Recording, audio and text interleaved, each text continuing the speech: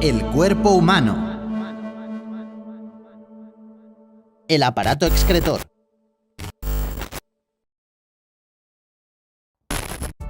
Pregunta número 1. ¿Cuál es la función del riñón?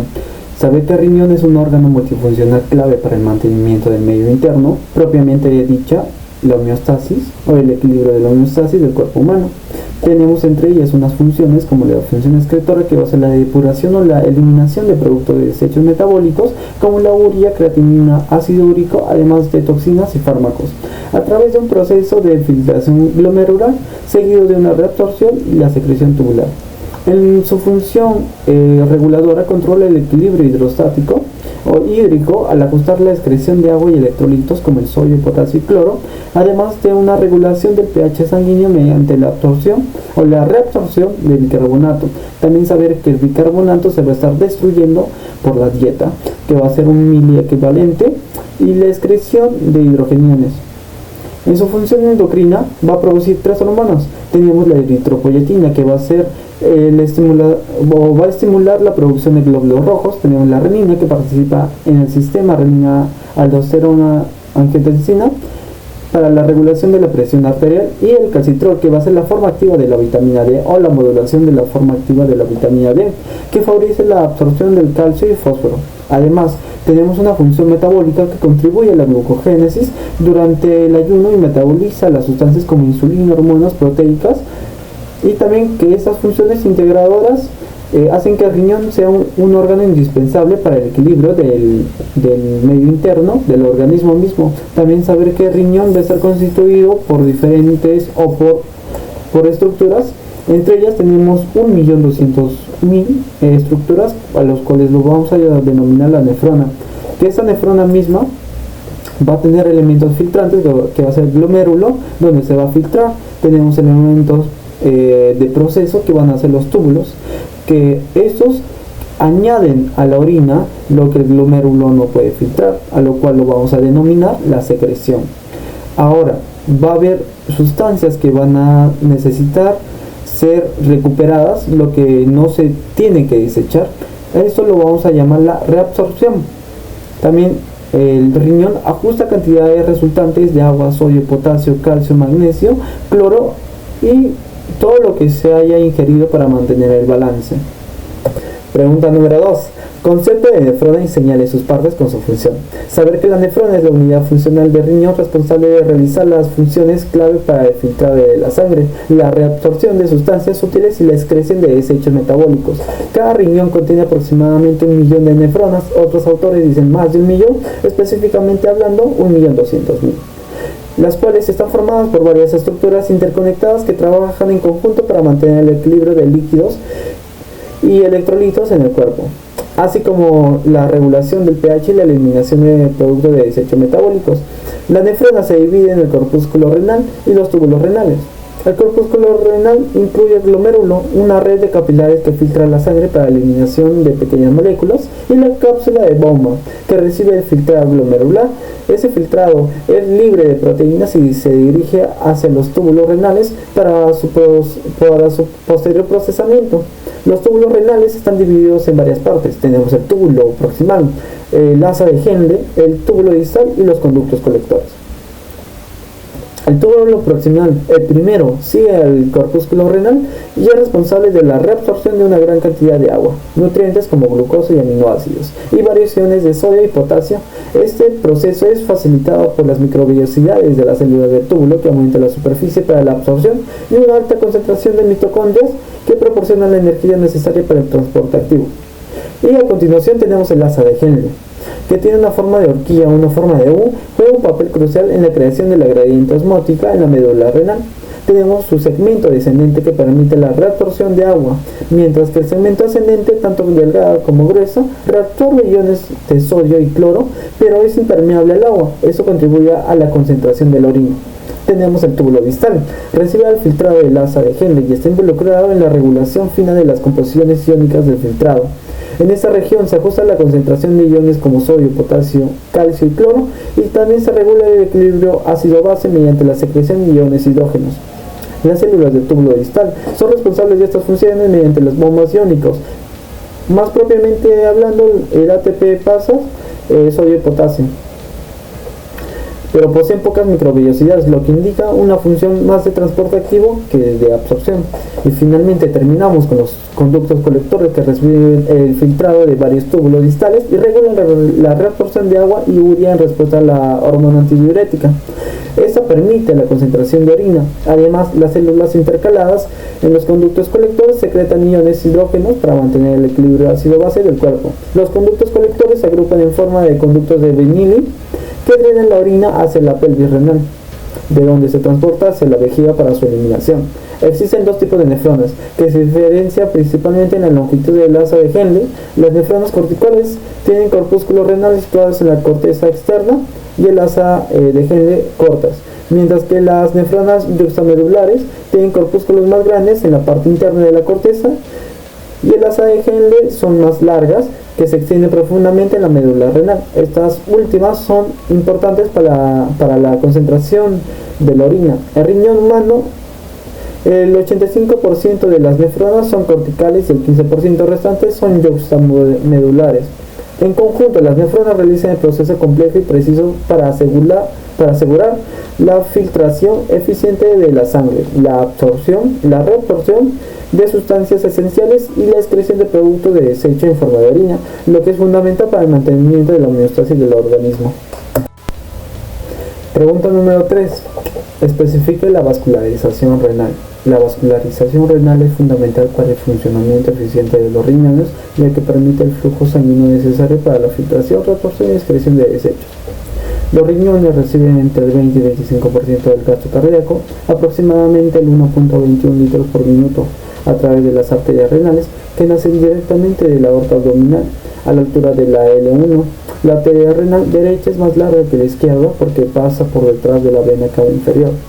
Las arterias renales se dividen en ramas más pequeñas llamadas arterias interlobulares, que a su vez se ramifican para formar las arterias arqueadas, localizadas en la unión entre la corteza y la médula renal.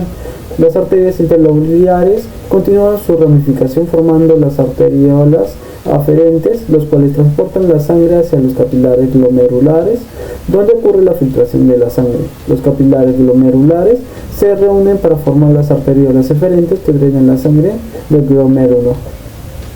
La función de las arteriolas eferentes es similar a los de los vasos porta, es decir, transportan sangre de una red capilar a otra. En los dos tercios externos de la corteza, las arteriolas eferentes forman una red de capilares peritubulares que irrigan las partes corticales de la nefrona.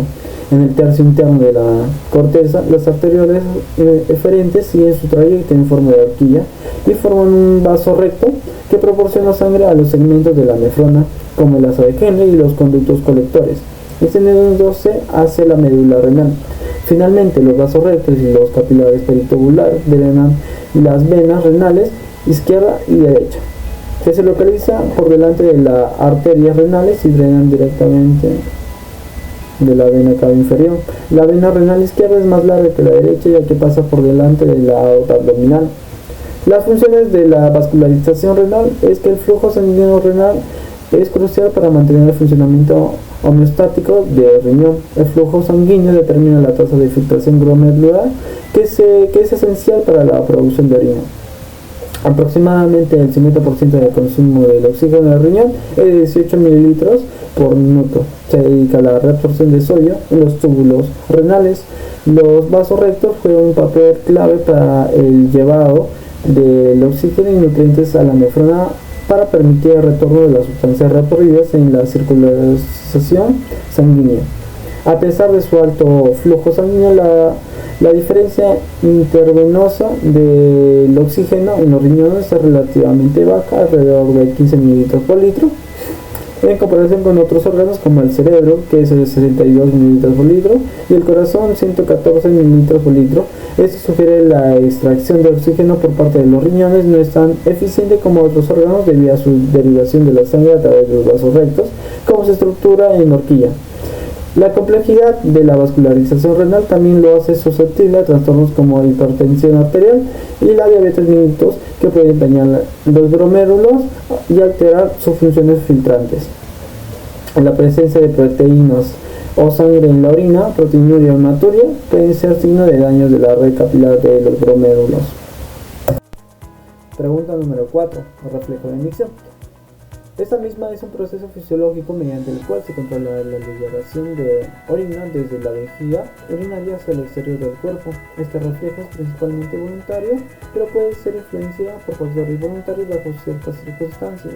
El proceso implica una serie de señales nerviosas que coordinan la contracción de la vejiga urinaria y la relajación del esfínter externo de la uretra, que permite la micción. El reflejo de micción se lleva a cabo en varias fases y se regula mediante el sistema nervioso autónomo, principalmente el sistema parasimpático y el sistema nervioso somático. A continuación les voy a describir cuáles son las fases o los pasos principales para el reflejo de micción. Primero tenemos la acumulación de orina en la vejiga, que a medida que la orina se produce en los riñones y fluye a través de las uretras hacia la vejiga comienza a llenarse. A medida que se acumula la orina, la vejiga se extiende, se estira, lo que activa los receptores de estiramiento de las paredes de la vejiga.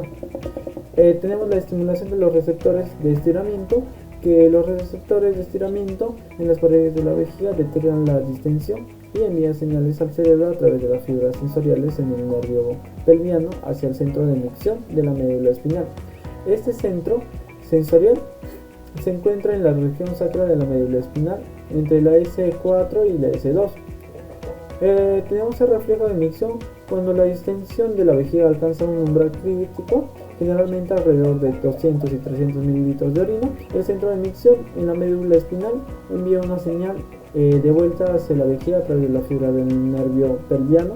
Esta señal provoca la contracción del músculo extrusor, el músculo principal de la vejiga, y la relajación del esfínter interno de la uretra, que esa misma controla el sistema nervioso autónomo parasimpático. Para la contracción del extrusor empuja la orina hacia la uretra. Tenemos la inhibición del esfínter externo. En condiciones normales, el esfínter externo de la uretra, que está bajo el control voluntario a través del nervio pudeno, se mantiene contraído para evitar la micción involuntaria. Cuando la persona decide miccionar, se envían señales desde el cerebro hacia el esfínter externo para relajarlo, lo que permite la salida de la orina.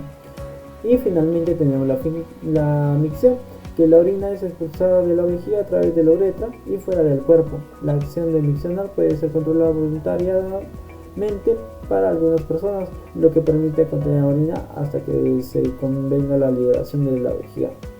Tenemos el control voluntario e involuntario. En el control involuntario tenemos la mayoría de la parte del proceso de micción es controlada de manera involuntaria por el sistema nervioso autónomo. Sin embargo, el centro de micción en el cerebro está ubicado en el tronco encefálico y la corteza cerebral. También permite el proceso que sea modulado de manera consciente. Ahora, en el control voluntariado, a medida que la persona crece, tiene la capacidad de controlar la micción a través del control del esfínter externo de la uretra. Esto puede inhibir o facilitar dependiendo de las circunstancias, como el caso de contener la orina hasta que sea posible usar el baño. Tenemos factores que afectan el reflejo de micción. Como esto tenemos las lesiones en el sistema nervioso, problemas musculares o en los esfínteres, y enfermedades neurológicas como enfermedades como esclerosis múltiple o el Parkinson, que puede afectar el control de micción. Y en pocas palabras, el reflejo de micción es un proceso complejo que involucra tanto el control autónomo como el voluntario, y su correcta función es fundamental para la eliminación de desechos del cuerpo para mantener de esta misma de manera eficiente y controlada. Explica los determinantes de filtración glomerular.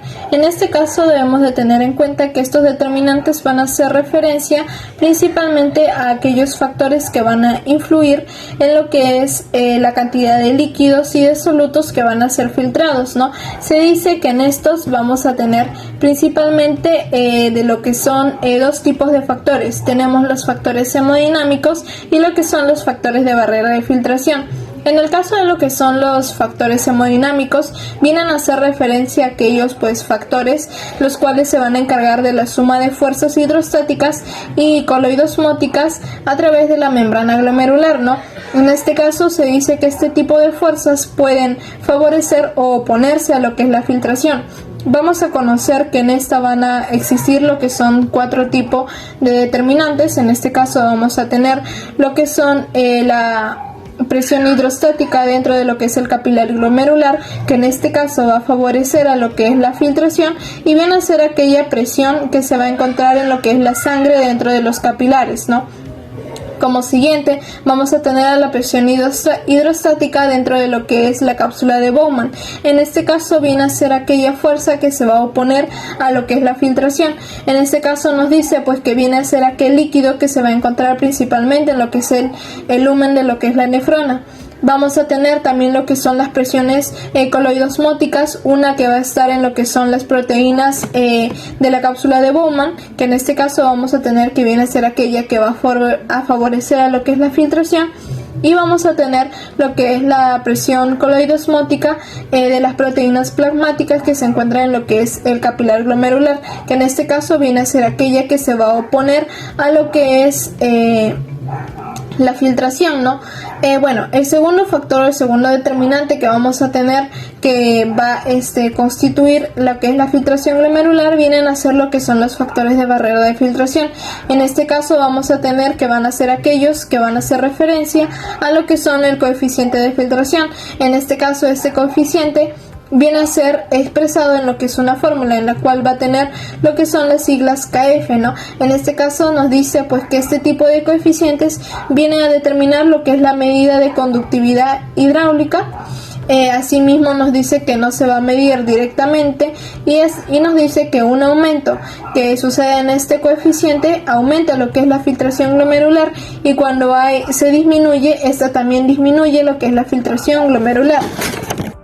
Explica los componentes de la membrana capilar glomerular. En este caso debemos de tener en cuenta que este tipo de membrana va a actuar como lo que es una barrera especializada que se va a situar en lo que son los riñones, ¿no? Vamos a tener que las funciones principales que esta va a poseer es que va a conformar lo que es la barrera de filtración para el agua y lo que son algunos solutos que se van a encontrar en lo que es esta membrana. Y también va a tener lo que son grandes capacidades de filtración, y esto lo hace a las diversas características que posee o a lo que son los componentes en las cuales va a estar conformada, ¿no? Vamos a tener que va a tener lo que son tres principales componentes. Uno viene a ser lo que es el endotelio capilar, otro viene a ser lo que es la membrana basal, y por último viene a estar pues lo que son las células epiteliales, o también conocidas como lo que son los podocitos, ¿no? Bueno, vamos a tener que primeramente lo que es la primera capa, que viene a ser lo que es el endotelio capilar, viene a ser la capa más interna, ¿no? En este caso va a estar constituida por lo que son fenestraciones, es decir, va a tener lo que son diversas perforaciones en lo que es esta membrana, ¿no? Esto lo que va a hacer es aportar diversas cargas negativas para impedir el paso de lo que son las proteínas plasmáticas. Como siguiente vamos a tener lo que es la segunda capa, que en este caso viene a ser la membrana basal. Esta membrana va a estar constituida por lo que son diversos componentes. Vamos a tener que va a tener redes de colágeno, específicamente lo que es la de tipo 4 y la de tipo 5, y también lo que son proteoglucanos y glicoproteínas, ¿no? Estos tres componentes van a actuar como lo que son o van a aportar lo que son altas cargas negativas, que van a actuar como lo que son obstáculos para lo que es el paso de las proteínas plasmáticas, ¿no? Se dice que lo que es su carga negativa se va a deber a la presencia de lo que son los proteoglucanos. Como último vamos a tener lo que son las células epiteliales, o también conocidas como lo que son los podocitos, que en este caso viene a ser la parte externa, donde vamos a tener que tiene pedicelos, ¿no? En este caso pedicelos en lo que es la superficie externa. También vamos a tener que van a estar separadas por lo que son poros de hendiduras, ¿no? Esto lo que va a hacer es que haya una mejor movilización, o se va a encargar de lo que es movilizar lo que es la filtración. Estos tres componentes vamos a tener que van a conformar lo que es la barrera de filtración para las proteínas plasmáticas. Esto lo que va a hacer viene a hacer que haya pues una filtración más adecuada o más eficiente, es decir, que la filtración sea más rápida para lo que es el agua y lo que son los solutos. indica las características de filtración glomerular. Para este caso debemos de tener en cuenta que la filtración glomerular viene a hacer referencia a que el primer paso que se va a dar principalmente para dar la formación de la orina, ¿no? Se dice que en un adulto medio, en un adulto promedio, vamos a tener principalmente que van a tener concentraciones de filtración glomerular que van a variar entre 125 mililitros por minuto hasta 180 litros al día, ¿no? De esta vamos a tener que la mayor parte de esta viene a ser absorbida, dejando así lo que es 1 litro. Este litro dejado viene a ser principalmente para lo que es la excreción al día, ¿no? Vamos a tener también que la tasa de filtración glomerular va a depender de lo que es la tasa de flujo sanguíneo renal, ¿no? Asimismo vamos a tener que los capilares de lo que es este filtrado vienen a ser impermeables, ¿no? En el caso de esta vamos a tener que van a conformar lo que son o van a actuar lo que son barreras de filtración, ¿no? En las cuales van a estar por lo que son diversos componentes que van a estar en lo que son las membranas de lo que son estos capilares, ¿no? Vamos a tener principalmente lo que es el endotelio capilar, lo que es la membrana basal y lo que son las células epiteliales o también conocidas como lo que son los podocitos, ¿no? Las cuales las tres van a actuar para formar lo que es una barrera de filtración a lo que son las proteínas plasmáticas, y es aquí donde debemos de hacer referencia a este tipo de proteínas, ¿no? Que se dice que mayormente vienen a ser la excepción para esta filtración, las cuales van a radicar principalmente aquellas que van a estar unidas a este tipo de proteínas, ¿no? Que se dice que mayormente van a ser lo que son aquellas sustancias de bajo peso molecular, como pueden ser los ácidos grasos o también lo que es el calcio. Bueno, entre otras características que se destaca de lo que es la filtración glomerular es que viene a estar mediada por lo que son diversos determinantes, ¿no? O que específicamente vienen a ser dos, que vienen a ser uno por lo que son las fuerzas hidrostáticas y coloidales, que vienen a ser fuerzas que se pueden pues oponer o pueden favorecer a lo que es la filtración, y otra por lo que viene a ser el coeficiente de filtración, que en este caso nos dice que viene a ser un tipo de medida de conductividad hidráulica. Indique el índice de aclaramiento y su significado. Bueno, para ello debemos de tener en cuenta que el aclaramiento viene a hacer referencia a lo que es la velocidad en la cual se puede eliminar o se puede aclarar una sustancia del plasma, ¿no? En el caso de lo que es el aclaramiento renal, viene a ser aquel volumen de plasma que va a pasar por lo que es el riñón y va a quedar lo que es libre de lo que es una sustancia por unidad de tiempo. Se dice que en el aclaramiento renal vamos a tener que puede presentarse en función a lo que son diversas sustancias. Por ejemplo, vamos a tener lo que es la actuación de lo que es la glucosa y también lo que es la albúmina, ¿no?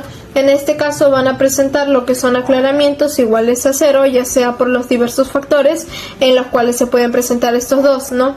Otro tipo de sustancia en la cual viene a ser partícipe viene a ser lo que es la inulina, ¿no? En la cual esa nos va a dar mayor inducción a lo que es el índice de aclaramiento. La inulina viene a ser conocida como lo que es un polímero de fructosa, el cual se va a encontrar filtrado libremente por lo que son los capilares glomerulares. Capilares glomerulares, ¿no? Que al momento de que estos vienen a ser filtrados, ya no pueden reabsorberse ni tampoco segregarse. Bueno, en este también nos mencionan que la inulina viene a tener un aclaramiento igual a lo que sucede en lo que es la tasa de filtración glomerular, ¿no? Para ello vamos a tener que los índices de aclaramiento pueden presentarse en función de iguales a 1,0, mayores a 1 o menores a 1. En el caso de que los índices de aclaramiento se presenten iguales a 1 o a 0, quiere decir que el aclaramiento de X sustancia viene a ser igual al aclaramiento que va a suceder en lo que es la inulina. No, cuando el índice de aclaramiento viene a ser mayor a 1, quiere decir pues que el aclaramiento de X sustancia viene a ser superior a lo que es el aclaramiento de la inulina. Y en el caso de lo que es en el caso de que se presente un índice de aclaramiento menor a 1, quiere decir pues que el aclaramiento de X sustancia que se esté presentando viene a ser inferior al aclaramiento que va a suceder en lo que es la inulina. señala el concepto de flujo sanguíneo renal, su utilidad y sus determinantes. El flujo sanguíneo renal es la cantidad de sangre que fluye a través de los riñones por minuto. Esto va a ser esencial para el funcionamiento renal, ya que permite que los riñones puedan filtrar los productos de desecho de la sangre y así puedan regular el equilibrio de estos electrolíticos y líquidos del cuerpo. Esa utilidad del flujo sanguíneo renal se va a centrar en la filtración de la sangre, ya que los riñones filtran la sangre para poder eliminar los productos de desecho como la urea y la creatinina. También van a intervenir lo que es la regulación del equilibrio de los líquidos, donde los riñones regulan la cantidad de agua en el cuerpo, evitando lo que es la deshidratación o la sobrehidratación. También van a intervenir dentro de la regulación del equilibrio de los electrolitos, donde los riñones van a mantener estos niveles estables de electrolitos como el sodio, el potasio y el calcio en sangre. También van a intervenir en lo que es la producción de hormonas, donde los riñones producen hormonas esenciales como es la eritropoyetina, que es esencial para la estimulación de la producción de esos glóbulos rojos, así como también la renina, que regula la presión arterial. Dentro de los determinantes del flujo sanguíneo renal vamos a encontrar lo que es la presión arterial, lo que es un aumento de la presión arterial, aumenta lo que es el flujo sanguíneo renal, así como también la resistencia vascular renal, donde la resistencia al flujo sanguíneo en los vasos sanguíneos de los riñones, una mayor resistencia disminuye lo que es el flujo sanguíneo renal. Como otros factores hormonales tenemos la angiotensina 2 o la aldosterona y la dopamina, que estos pueden afectar lo que es la resistencia vascular renal y por lo tanto el flujo sanguíneo renal. También van a intervenir como otros factores metabólicos como la glucosa, la insulina y otros metabolitos que también pueden influir dentro del flujo sanguíneo renal. Ahora, explique cómo se lleva a cabo el control del filtrado glomerular. El control del filtrado glomerular es un proceso complejo que asegura que la tasa de filtración glomerular, conocido como el TFG, se mantenga dentro de un rango adecuado para el funcionamiento renal. Esto se va a llevar a cabo mediante mecanismos intrínsecos y extrínsecos. Estos mecanismos intrínsecos son como la autorregulación de los riñones, ya que va a regular su propio flujo sanguíneo, y el TFAG independientemente de los cambios de la presión arterial sistemática. Esto se logra mediante la retroalimentación de esos túbulos glomerular, donde cambios en la concentración de este cloruro de sodio en los túbulos distal que afectan lo que es la vasoconstricción o vasodilatación de las arteriolas aferentes y eferentes, donde van a regular lo que es el flujo sanguíneo glomerular. También vamos a tener el mecanismo miógeno, donde esas arteriolas aferentes y eferentes se contraen en respuesta a un estiramiento causado ¿por qué? Por el aumento de la presión arterial, lo que va a ayudar a mantener el TFG estable. Y estos mecanismos extrínsecos se van a centrar en el sistema nervioso simpático, donde la activación de este sistema nervioso simpático en respuesta al estrés o ejercicio causa vasoconstricción de las arteriolas aferentes, disminuyendo la TFG. También vamos a tener el sistema renina-angiotensina o la aldosterona. Esta renina liberada por las células yuxtaglomerulares en respuesta a la disminución del flujo sanguíneo renal, activa el sistema RAA, donde la angiotensina 2, resultante a causa de la vasoconstricción de las arteriolas aferentes y eferentes, regulan lo que es el TFG. Otras hormonas como la dopamina, las prostaglandinas, que también pueden afectar lo que es el TFG. Ahora, explique de qué manera se autorregulan el FG y el FSR. La autorregulación del filtrado glomerular y el flujo sanguíneo renal es un proceso intrínseco que permite a los riñones mantener una tasa de filtración estable a pesar de las variaciones en la presión arterial sistemática. Aquí le voy a explicar un poco de cómo va a funcionar esto. Vamos a empezar con la retroalimentación tuberoglomerular. Este mecanismo se va a basar en la detención en los vasos de la concentración de cloruro de sodio en el tubo distal. Es aquí cuando la presión arterial va a aumentar y la TFG también lo hace, llevando una mayor reabsorción del cloruro. En ese túbulo distal, este disminuye. En cuanto en el túbulo distal es detectado por las células yuxtaglomerulares, se van a liberar estas sustancias vasoconstructoras como la angiotensina 2, que esta va a actuar sobre las arteriolas aferentes, reduciendo el flujo sanguíneo glomerular, y la TFG. Es aquí donde se va a restablecer el equilibrio. Aquí viene a intervenir el mecanismo miógeno, donde las arteriolas aferentes y eferentes se contraen. ¿En respuesta a qué? Respuesta a un estiramiento causado ¿por qué? Por el aumento de la presión arterial. Y es aquí donde la contracción de este reduce el flujo sanguíneo glomerular y el TFGA. Bueno, el flujo plasmático renal o FPR es la cantidad de plasma que pasa a través de los riñones por unidad del tiempo. Se calcula habitualmente mediante la depuración del marcador, que es enviado exclusivamente por el riñón, como el para aminodipurato, que bueno, en el principio del flujo establece que el flujo de un órgano, en este caso el riñón, puede estimarse a partir de la diferencia de concentración de una sustancia entre la sangre arterial y venosa del órgano y la cantidad de esta sustancia extraída. Bueno, en términos de humanos creo que es 600 mililitros por minuto, que bueno, en este caso son filtrados. En el caso del FPR, que es utilizado más que nada con el pH para más que nada completamente hacer este principio de flick en el riñón. Esto es lo que permite más que nada ver la concentración de sangre o la sangre venosa renal según la limpieza a través de estos fluidos, como el pH, que sirve para ver si sale limpio o no, que en una normal debería ser bien.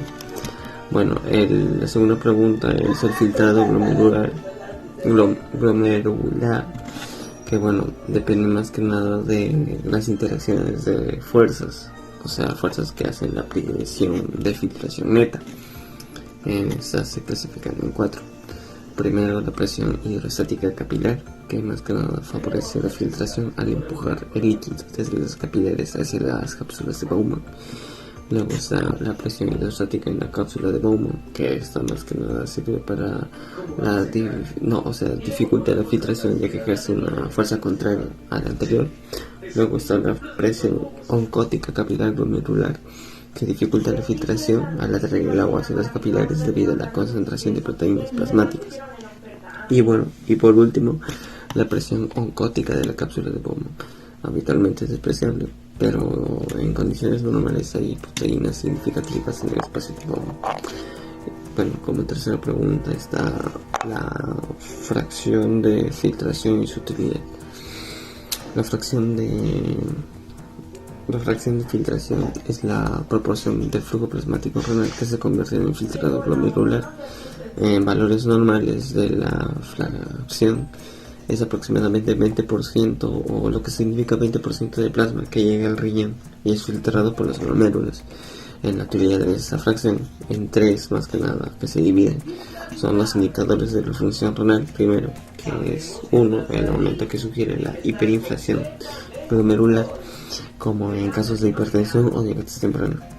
También puede ser una disminución que puede indicar daño renal o insuficiencia renal crónica. Luego está la regulación del equilibrio líquido salino, que sería el segundo, que en esas fracciones pueden ser adecuadas para permitir ajustar la reabsorción tubular según las necesidades del organismo que tenemos. Y por último está la interpretación clínica, que es útil para evaluar los cambios hemodinámicos que afectan al riñón, como los que son inducidos por fármacos, estados patológicos. Y bueno, solo eso. Muchas gracias.